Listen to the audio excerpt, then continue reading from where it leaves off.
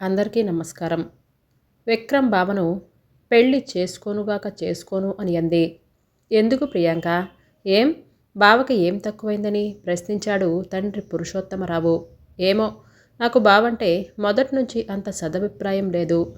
బావ మంచి ఉన్నత చదువు చదివాడు, బాగా సంపాదిస్తాడు. హైదరాబాద్లో విజయవాడలో ఆస్తులు పొలాలు కూడా సంపాదించాడు. చిన్నతనంలోనే మంచి పేరు సంపాదించుకున్నాడు. మనం చూస్తున్న ఇతర సంబంధాలకు వారు ఏ రకంగానూ తీసిపోరు. ఏమో, నాకెందుకో బావోళ్ళ కుటుంబం అంటే అంతగా ఇష్టం లేదు అని అంది ప్రియాంక. ఎందుకలా ఆలోచిస్తున్నావు? పురుషోత్తమరావు అన్నాడు. ఏమో తెలీదు.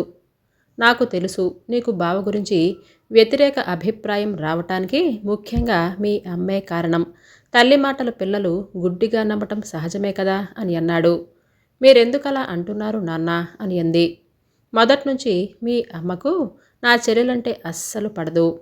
వందన మొదట్నుంచి ఎన్నో కష్టాలను ఎదుర్కొంది. ఆమె వివాహం జరిగిన నాటి నుండి ఆమె ఎదుర్కొన్న బాధలు అన్నీ ఇన్ని కాదు అని అన్నాడు పురుషోత్తమరావు. ఏం జరిగింది నాన్న అని అడగగానే చెప్పసాగాడు పురుషోత్తమరావు. మాది మధ్యతరగతి కుటుంబం. మా నాన్నగారు శ్రీనివాసరావు ఓ ప్రభుత్వ కార్యక్రమంలో సీనియర్ క్లర్కుగా పనిచేసేవారు.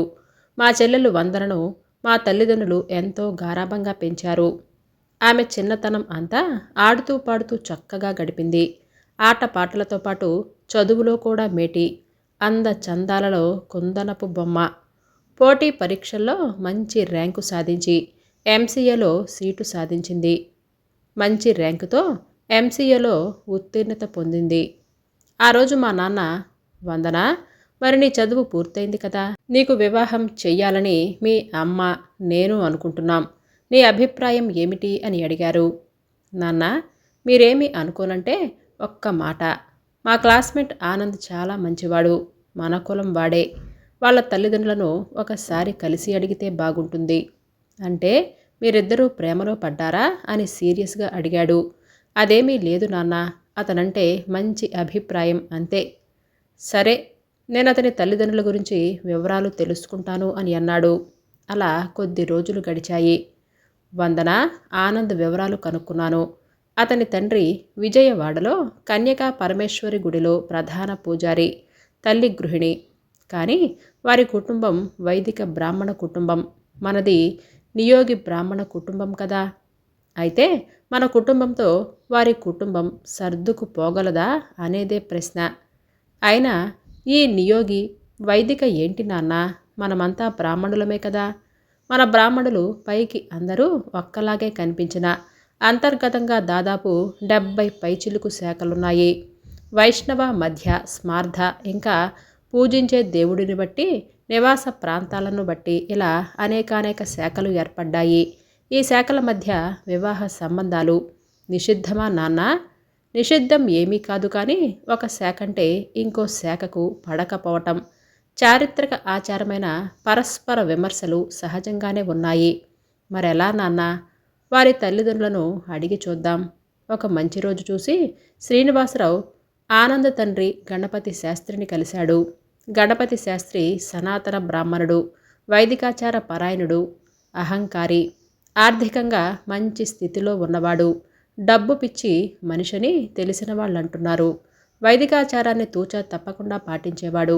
శ్రీనివాసరావు గణపతి శాస్త్రిని కలవటానికి వెళ్ళినప్పుడు గణపతి శాస్త్రి కన్యకా పరమేశ్వరి అమ్మవారికి భక్తులచే కుంకుమార్చన కార్యక్రమాన్ని నిర్వహిస్తున్నాడు.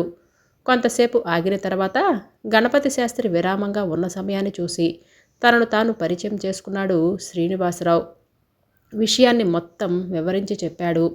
మేము మా అబ్బాయికి నియోగి బ్రాహ్మణ అమ్మాయితో వివాహం చెయ్యము అని తేల్చేశాడు గణపతి శాస్త్రి. తప్పేముందండి, శాఖలు వేరైనా మనమంతా బ్రాహ్మణులమే కదా. వైదికులకు నియోగులకు ఆచారపరంగానూ ఆహార పరంగానూ చాలా తేడాలుంటాయి. మా ఇంటికొచ్చిన అమ్మాయి మడి ఆచారం పాటించాలి. మా ఇళ్లలో నిత్యం పూజా కార్యక్రమాలు, క్రతువులు జరుగుతూ ఉంటాయి. ఇవన్నీ నియోగులు అంతగా పాటించరు. వారి వృత్తి ముఖ్యంగా కరణీక పనులకు అంకితం అయినటువంటివి. కాబట్టి వారికి మా ఆచార వ్యవహారాలు అంతగా తెలియవు. కాబట్టి మేము ఈ సంబంధాన్ని చేసుకోము అని చెప్పాడు గణపతి శాస్త్రి. నచ్చ చెప్పటానికి ఎంతో ప్రయత్నించాడు శ్రీనివాసరావు. గణపతి శాస్త్రి ఎంతకు ఒప్పుకోలేదు. ఇక చేసేది ఏమీ లేక వెనుతిరిగాడు శ్రీనివాసరావు. ఇంటికి వెళ్ళి కూతురు వందనకు, భార్య పద్మావతికి విషయం చెప్పాడు. వాళ్ళిద్దరూ ఎంతగానో బాధపడ్డారు.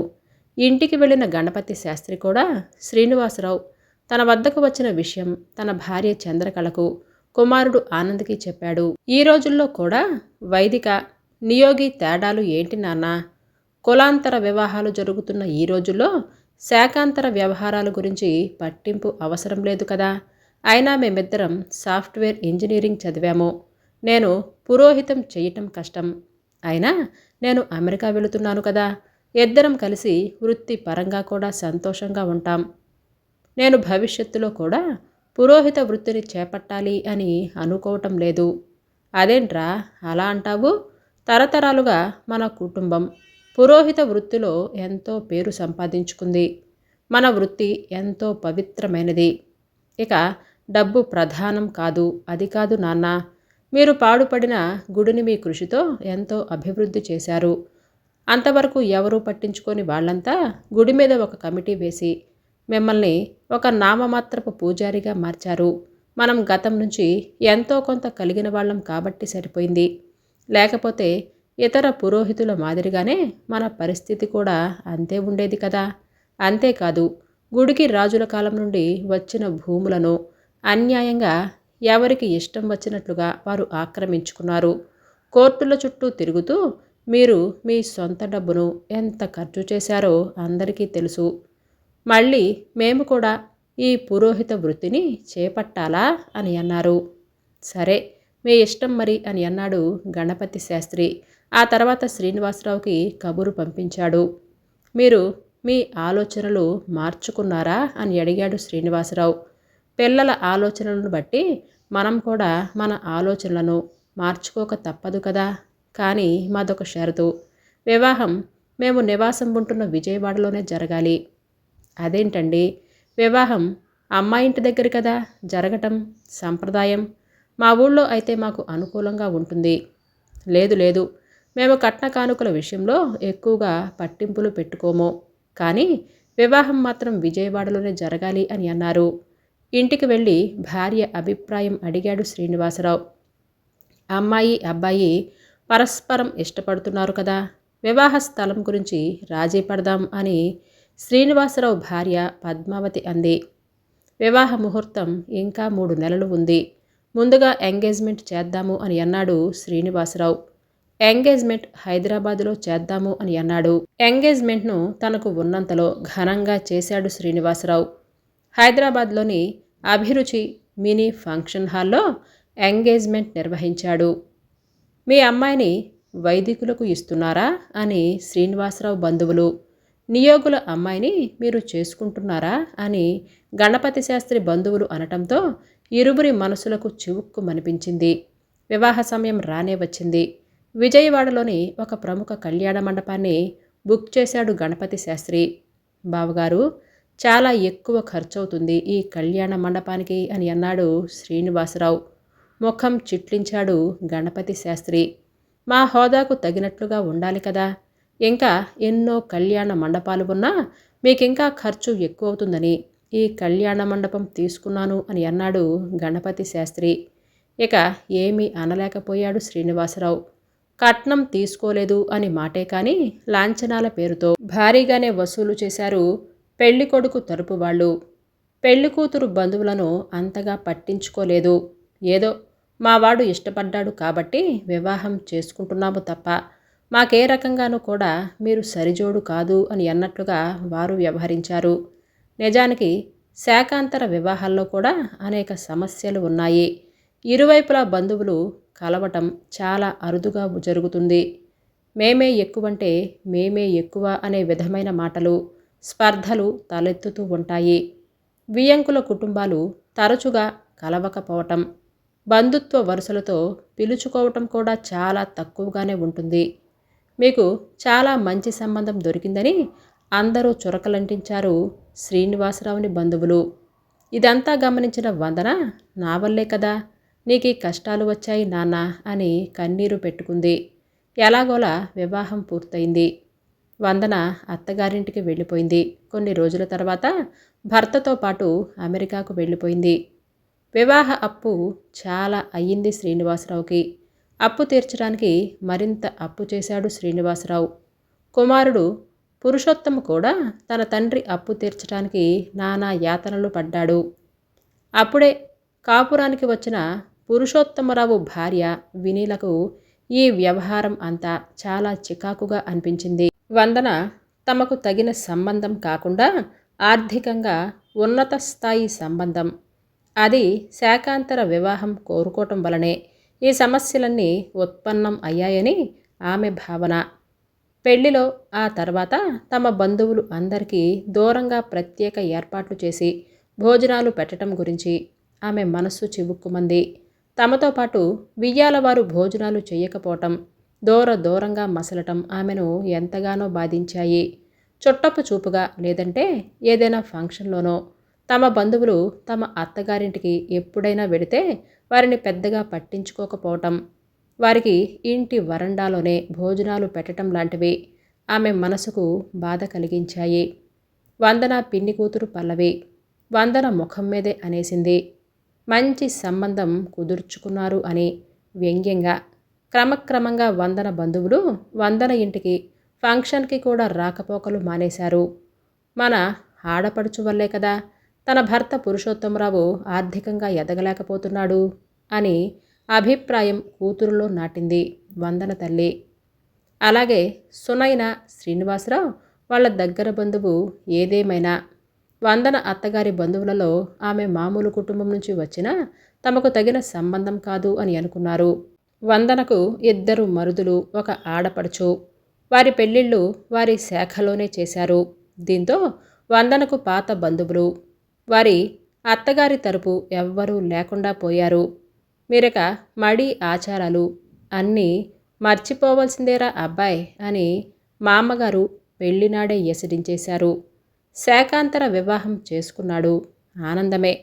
కులాంతర వివాహం చేసుకోలేదు, అది చాలు అని అంది కామాక్షి, మామగారి తోటి కోడలు.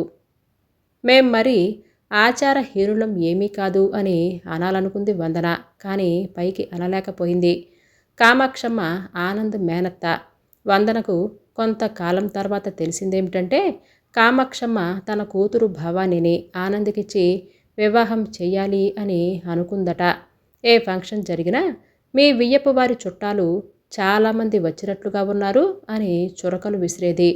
భవానీని వివాహం చేసుకోకుండా నన్నెందుకు చేసుకున్నారు అని అంది వందన ఒక సమయంలో ఆనంద్తో. మేనరికపు వివాహం నాకిష్టం లేదు, అందుకే అన్నాడు ఆనంద్. ఈ మేనరికపు వివాహం చేసుకుంటే ఒక బాధ, చేసుకోకుంటే ఇంకో బాధ అని అన్నాడు ఆనంద్.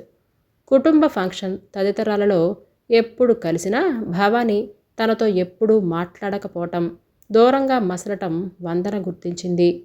ఏం చేస్తాం అని మనసులోనే అనుకుంది. ఇక ఆనంద్ ఏ విషయంలో కూడా తండ్రి మాటను జవదాటడు. తాను వందన సంపాదించిన డబ్బు తమ ఖర్చులకు పోను మిగిలిందంతా తండ్రికి పంపేవాడు. ఆ డబ్బుతో విజయవాడలో అనేక ఆస్తులు సంపాదించాడు గణపతి శాస్త్రి. భూములు ధరలు బాగా పెరగటం వలన వారి ఆస్తుల విలువలు కూడా బాగా పెరిగింది. వందన కూడా అత్తారింటి ఆచార వ్యవహారాలను, మడి ఆచారం తదితరాలు నేర్చుకుని మాస శివరాత్రి నుండి మొదలుకొని మహాశివరాత్రి వరకు అన్ని ఆచారాలను, పండుగలను పాటించి అందరి నోళ్ళు మూయించింది. మంత్రాలను, భజనలను కంఠస్థం పట్టే స్థాయికి చేరింది. కాలక్రమంలో అమెరికాలో వచ్చిన మార్పుల వలన ఆనంద్ వందనలు తమ ఉద్యోగాలు కోల్పోయారు. భర్త తన 2 పిల్లలతో ఆమె ఇండియా తిరిగి వచ్చింది. తమ ఆస్తి తమకివ్వాలని వారు గణపతి శాస్త్రిని కోరారు. వందన మామగారు ఆస్తులను సరిగ్గా లెక్కచూపలేదు, చాలా ఆస్తులను దోచాడు. అదేంటి మామగారు, మా సంపాదనను మాకివ్వండి అని నిలదీసింది వందన. మీరు మాకు పంపించింది చాలా తక్కువ, నేను తెలివితేటలతో ఆస్తిని పెంచాను, ఎక్కువగా మాట్లాడితే ఇది కూడా ఇవ్వను అని గణపతి శాస్త్రి అన్నాడు. గణపతి శాస్త్రిని అతని ఇతర కుమారులు చాలా ప్రభావితం చేసేవారు. వారిలో ధనదాహం ప్రవేశించింది. తనకు జరుగుతున్న అన్యాయాన్ని తల్లిదండ్రులు అన్న వదినలకు చెప్పుకొని బోరుమంది వందన. వారు కూడా గణపతి శాస్త్రిని నిలదీశారు. ఎవరికి చెప్పుకుంటారో చెప్పుకోండి, చిల్లి గవ్వ కూడా ఇవ్వను అని అన్నాడు శాస్త్రి. బంధువులకు కూడా తన బాధ చెప్పుకుంది వందన. అంత తెలివి లేకుండా ఎలా, డబ్బంతా మీ మామగారికి పంపారు మీరు అని అన్నారు. ఆనంద్ తన తండ్రి ఇలా చేస్తాడు అని ఊహించలేదు. తండ్రిని పూర్తిగా నమ్మాడు. చివరికి విషయం కోర్టు పాలైంది. కోర్టుకెక్కినవాడు కొండనెక్కినవాడు తొందరగా దిగిరాడనేది అందరికీ తెలిసిందే కదా. దేశంలో అత్యంత విఫల వ్యవస్థలలో న్యాయ వ్యవస్థ ఒకటి. కాలం కరిగిపోసాగింది. ఒకవైపు తన అమెరికా అనుభవంతో ఒక చిన్న సాఫ్ట్వేర్ కంపెనీని స్థాపించి దానిని కాలక్రమేణా మంచి స్థాయికి తీసుకొచ్చారు వందన ఆనందులు. లాయర్ల మాయాజాలంతో కేసు అనేకానేక మలుపులు తిరిగింది. చివరికి వందన ఆనందులకు న్యాయం జరిగింది. వారు ఆస్తిని వారు చేజిక్కించుకున్నారు. ఈలోపు వందన ఆనందుల కొడుకు విక్రమ్, కూతురు లాస్య కూడా బాగా చదువుకున్నారు. విక్రమ్ సాఫ్ట్వేర్ ఇంజనీర్గా, కూతురు లాస్య డాక్టర్గా సెటిల్ అయ్యారు. ఇదమ్మా విషయం. మీ అత్త వందన ఎదుర్కొన్న కష్టాలు అన్నీ ఇన్ని కావు. జీవితాంతం కుటుంబ పోరాటాలు, కోర్టు పోరాటాలతోనే సరిపోయింది. మీ అమ్మకు అమ్మమ్మకు మాత్రం మీ అత్త మీద సదభిప్రాయం లేదు. నీవు చెప్పుడు మాటలు వినకుండా విఘ్నతతో ఆలోచించి బావను వివాహం చేసుకో అని అన్నాడు పురుషోత్తమరావు. సరే నాన్న, నేను అనవసరంగా అత్త వాళ్ళ కుటుంబం మీద వ్యతిరేక అభిప్రాయాన్ని పెంచుకున్నాను. మీరు అత్తతో మాట్లాడి బావతో మా పెళ్లి ఏర్పాట్లు చేయండి అని సిగ్గుపడుతూ చెప్పింది ప్రియాంక. కులాంతర శాఖాంతర వివాహాలలో మహిళలు సమిధల్లా అవుతున్నారు. సహనంతో నెట్టుకొస్తున్న మహిళలకు ఇవే వందనాలు. ఈ కథ మీకు నచ్చిందా అండి? అయితే సబ్స్క్రైబ్ చేయటం, లైక్ చేయటం, షేర్ చేయటం మర్చిపోవద్దు. రేపు సరికొత్త వీడియోతో మళ్ళీ మీ ముందుకు వస్తాను. అంతవరకు బాయ్.